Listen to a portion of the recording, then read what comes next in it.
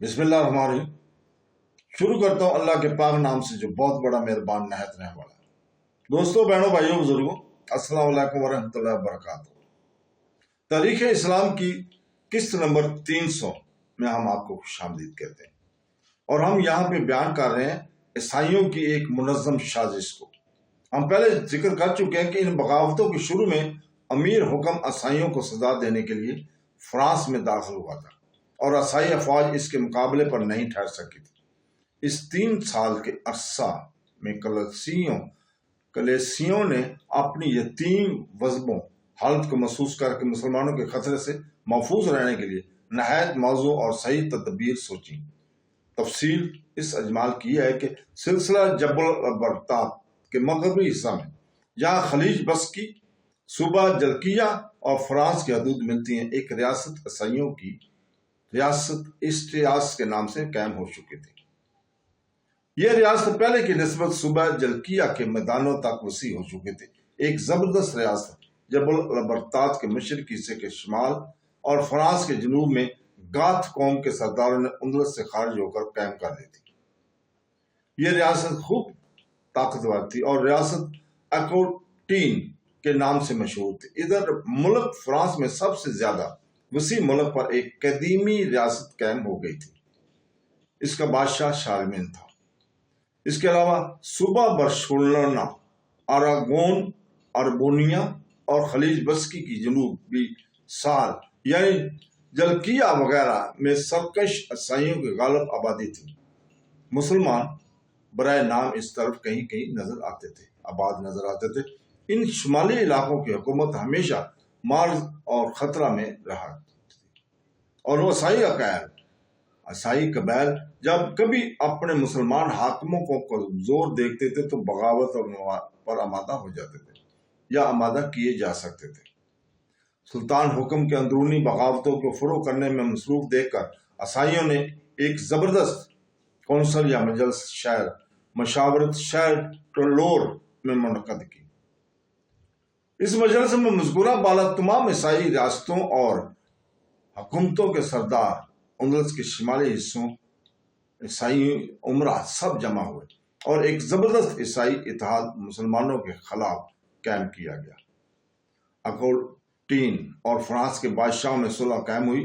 اسی طرح اسٹریاس کی ریاست میں جو اب تک سب سے الگ اور بے تعلق تھی، اس اتحاد میں شرکت کی، اور جبل البرطات کے جنوب اور اندلس کے شمال میں جہاں سرکش اور جنگ جو عیسائیوں کے غالب آبادی تھی،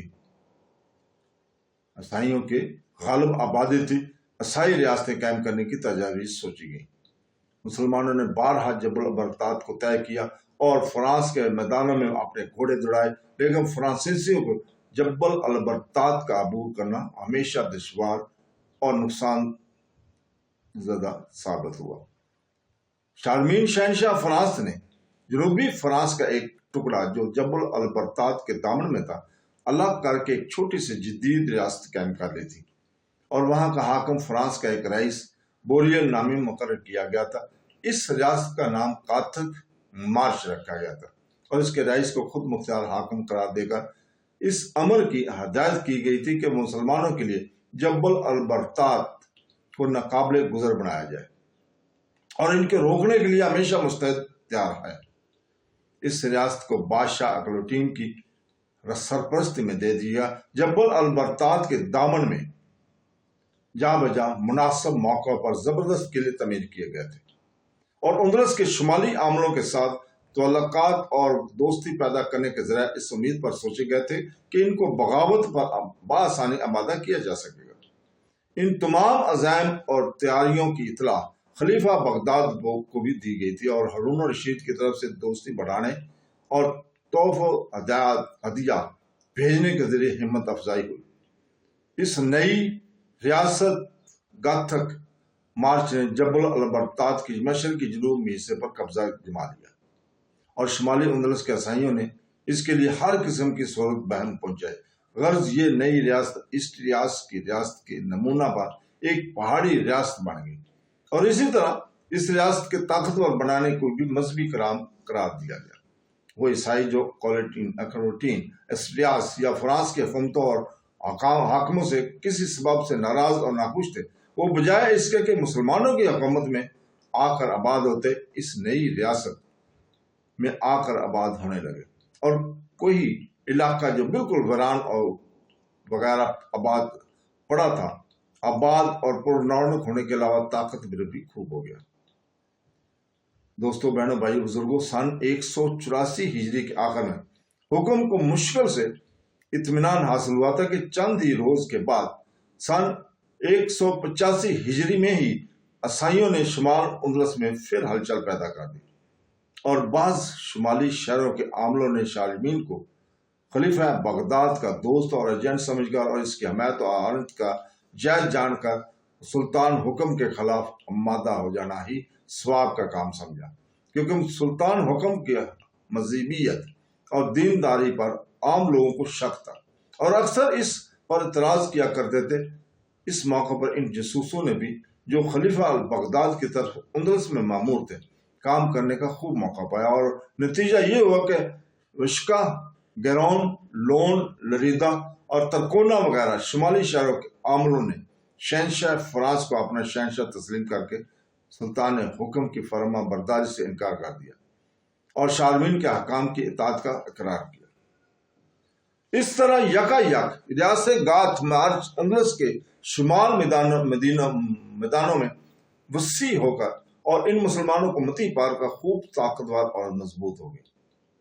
اسی طرح جلکیا اور سال بسکی کے عاملوں نے، جس میں حاکم سرکستہ بھی شامل تھا، عیسائی سلاطین کی اطاعت کا اعلان اور حکم سے بغاوت کا اظہار کیا۔ اسی نئی مصیبت کے مقابلے کو سلطان حکم خود اس لیے کرتبہ سے حرکت نہ کر سکا کہ یہاں دارالحکومت کی بھی ہوا خراب ہو رہی تھی، اور ضرورت تھی کہ سلطان دارالحکومت میں ہی مقیم رہ کر بغاوت اور سرکشی کے ان جراثیم کا علاج کرے جو ملک کے گوشہ گوشہ میں سریت کر گئے تھے، اور جن کو خود سلطان کے رشتہ داروں اور مسلمانوں نے تقویت پہنچائی تھی۔ سلطان نے شمالی حصہ ملک کے بچانے اور عیسائیوں کے قبضے سے نکالنے کے لیے اپنے سپہ سالار ابراہیم کو روانہ کیا۔ ابراہیم نے اول جلکیہ اور سرکستہ کی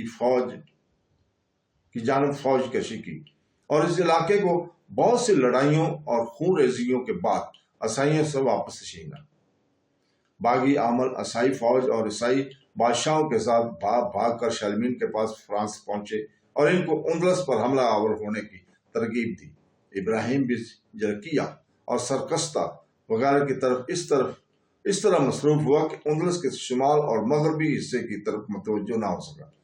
ان مسلمانوں عاملوں نے، جو شارلمین کے پاس پہنچ گئے تھے، اس کو مشورہ دی کہ اندلس کی قدیمی قاتھک دارالسلطنت کو آپ بآسانی قبضہ کر سکتے ہیں، اور ہم اس کام میں آپ کی رہنمائی اور امداد کرنے کو موجود ہیں۔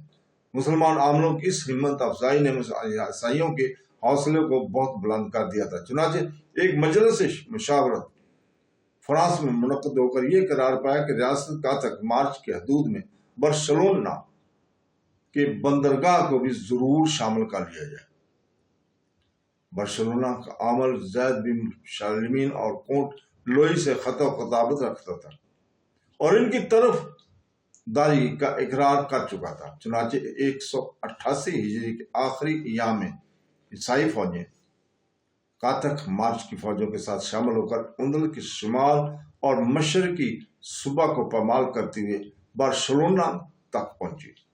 یہاں کے عامل زید نے ان فوجوں کے آنے پر برسلونا کے دروازوں کو بند کر لیا اور عیسائیوں کے قبضہ میں دیے جانے سے انکار کر دیا۔ عیسائی فوج نے برسلونا کا محاصرہ کر لیا۔ عیسائیوں نے برسلونا کے مضافات کو تباہ و برباد کر کے محاصرے میں سختی سے کام لیا۔ زید کو کوئی امداد کسی طرف سے نہیں پہنچی۔ آخر برسلونا پر عیسائیوں نے اس شرط کے ساتھ قبضہ پا لیا کہ وہ مسلمانوں کو وہاں سے اپنے اسباب منقوع کے ساتھ نکل جانے دیں گے۔ مسلمانوں نے برسلونا کو خالی کر دیا۔ عیسائی فوجیں اس میں داخل ہوگی اور شاہ الکون کے قلعہ بارسلونا کو خوب مضبوط کر کے وہاں ایک گورنر مقرر کر دیا گیا۔ یہ 9 مفتوحہ تمام علاقہ کاتک مارچ کی ریاست میں شامل ہو گیا تھا۔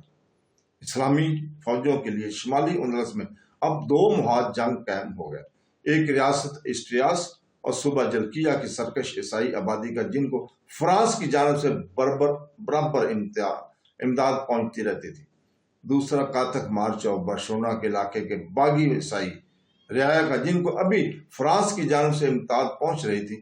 ادھر جنوب میں سازشوں کا جال پھڑایا ہوا تھا اور مسلمان مولویوں نے نہایت سخت مشکلات پیدا کر دی تھی۔ فوجیں جو عیسائیوں کی مداخلت کے لیے روانہ کی گئیں، وہ کسی ایک ہی محاذ پر عیسائیوں کے مقابلہ میں مصروف رہ سکتی تھی۔ چنانچہ صوبہ جلکیہ کی طرف جا کر انہوں نے عیسائیوں کو ہزیمت دی، دوسرا محاذ خالی رہا اور بارسلونا قبضہ سے نکل گیا۔ اسی طرح اگر وہ بارسلونا کی طرف متوجہ ہوتے تو سرکستہ وغیرہ پر عیسائیوں کا قبضہ قائم رہتا اور وہ مزید پیش قدمی کرتے۔ سن 179 ہجری میں اندلس کے مسلمان باغی عاملوں نے عیسائیوں کو ترغیب دے کر ترتیلا پر حملہ کرا دیا۔ عیسائیوں نے بارسلونا اور شمالی شہروں سے ترتیلا کی طرف حرکت کی۔ ادھر یوسف بن عمر نے مدافعت پر مستعد ظاہر کی۔